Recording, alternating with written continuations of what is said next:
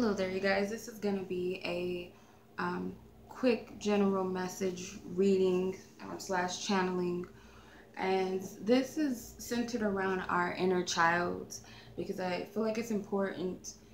I feel like this is a time of a lot of purging, especially with the Scorpio full moon coming. I feel like it's important to go a little bit deeper within ourselves. And I feel like a part of our healing comes from our childhood. A lot of the effects of our adulthood comes from those experiences. And working with your inner child to figure out what's going on inside, what are we not seeing, what haven't we released, let go of. My cat just knocked over all my cards. But so I just wanted to do this reading and then pull a message from the angels and see what also your guardians, your guides, the archangels want to leave with you. Okay, so what is it that you're needing to release from your childhood? Okay, you have 49 of the observer. I feel like what it is that needs to be let go of and released in relations to our childhood. I feel like there's something that majority of us, I feel, have been, it's this energy of instability within the home. However that happens, it could be a multitude of things. It could be abuse, it could be an absent parent, it could be unhealthy relationships between your parents, it could be unhealthy relationships with siblings, with aunts and uncles, cousins, grandparents, peers around you, something that you've observed. You've seen some instability in your childhood, and it's affecting how you're perceiving your own adulthood. And there's like this energy of being paralyzed with fear, in a sense. It's like insomnia with this moon card. I feel, and it's very dusty and cloudy type of energy with the fox. It's almost like this energy that just stalks you and hunts you, where you're not able to rest, whether it's literally not being able to rest at night or rest spiritually, mentally, emotionally, just not really feeling at peace. And it's like you want to start your life. It's like you believe that you deserve a new template from what your family members have experienced or what people in your life have experienced that you would look at as dysfunctional or unstable. But you're not able to do that because of this perception. So I feel like you need to release all of that and say to yourself that that's not my story anymore, or that's not even my life. That's no more. Especially if it's people outside of you, like your parents' relationships, your grandparents, their parents, other family members, or people around you, their family, their parents, whatever you see on TV about home and family and love and relationships, whatever you look at as dysfunctional, say to yourself that that's not my story, that's not my life. Okay, you're looking at a lens from another person's perspective or their experience, and you're trying to make it your experience. As far as the little more of the deeper things that you've observed, it could have been abuse, things that you've dealt with. There's a part of you that's still looking from that lens of that child that went through that. And I feel like a part of you needs to release that as well. It's easier said than done, obviously. But I feel like it's going to help you gain that stability that you're seeking based upon that's your desire to create your own stability, not create off of someone else's experience, your parents' experience, and so forth. So how can you forgive yourself, your child, your inner child, your childhood itself, and others involved? You have 26 of happy. Okay, because it's like there's a lot of egg symbols, which is like fertility and new beginnings. I feel like in order for you to unlock this new life or this new beginning, this new energy for you, what's meant for you, You have to forgive in a sense that you're happy for what you've experienced, and it's easier said than done, again, because it's hard to see the underlying blessing in it. It's like you can't see it. You can't see it for what it is, and why you had to experience what you experienced, why you saw what you saw, why someone did this to you, why you were teased as a child. It's like certain things that you can apply to your life now and look at yourself and appreciate that it made you a better person. That for me as a child, I had a problem with speaking up for myself, because I was always told to shut up or don't talk back. And even though you weren't necessarily talking back, you were just expressing yourself, or, you know, just simply saying, no, I didn't do it, it wasn't me. And you would get told to shut up. And I used to be called a dumb blonde and all this stuff. So it's like I didn't know how to express myself. So for me now, doing this is like a big step for me. If this is like something for me to be proud of, it might be something small for some of you, like, okay, you're doing videos or whatever.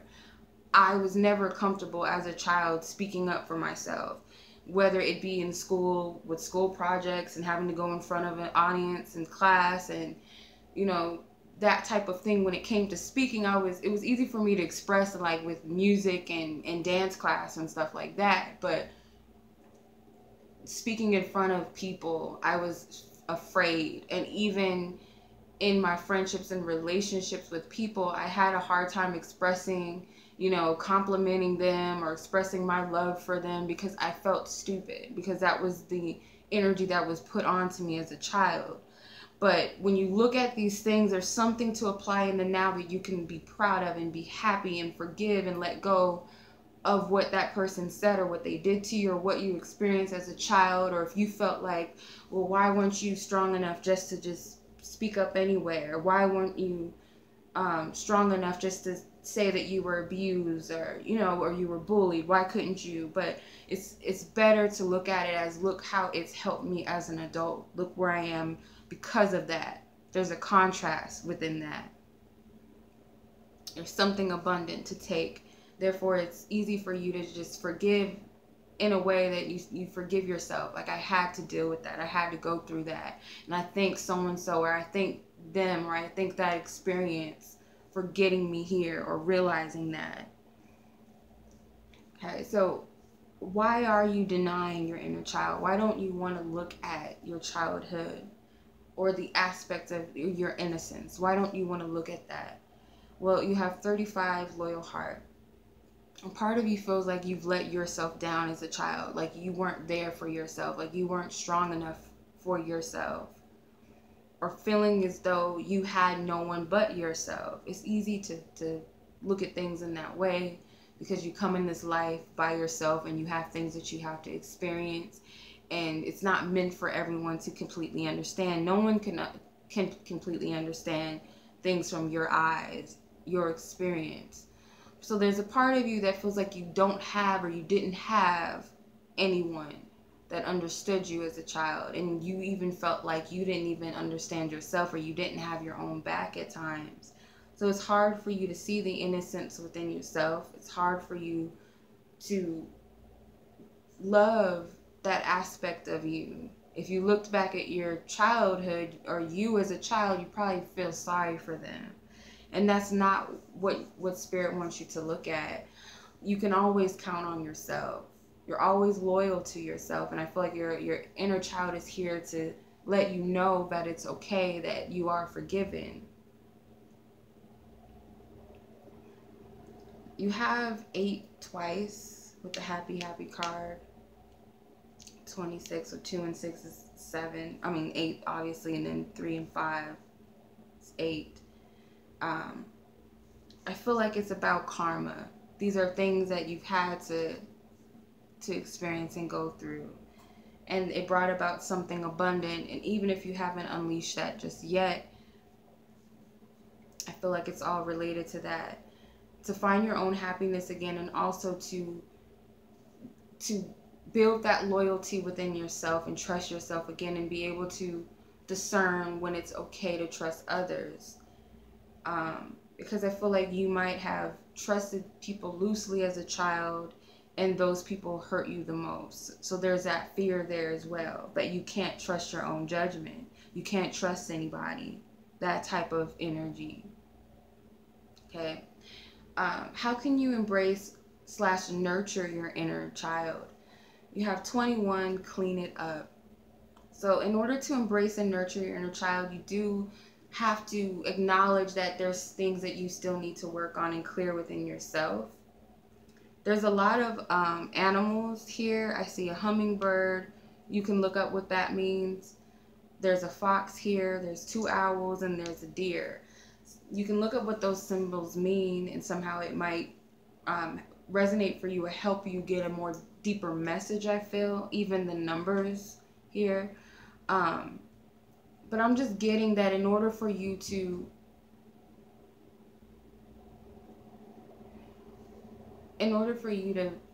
build up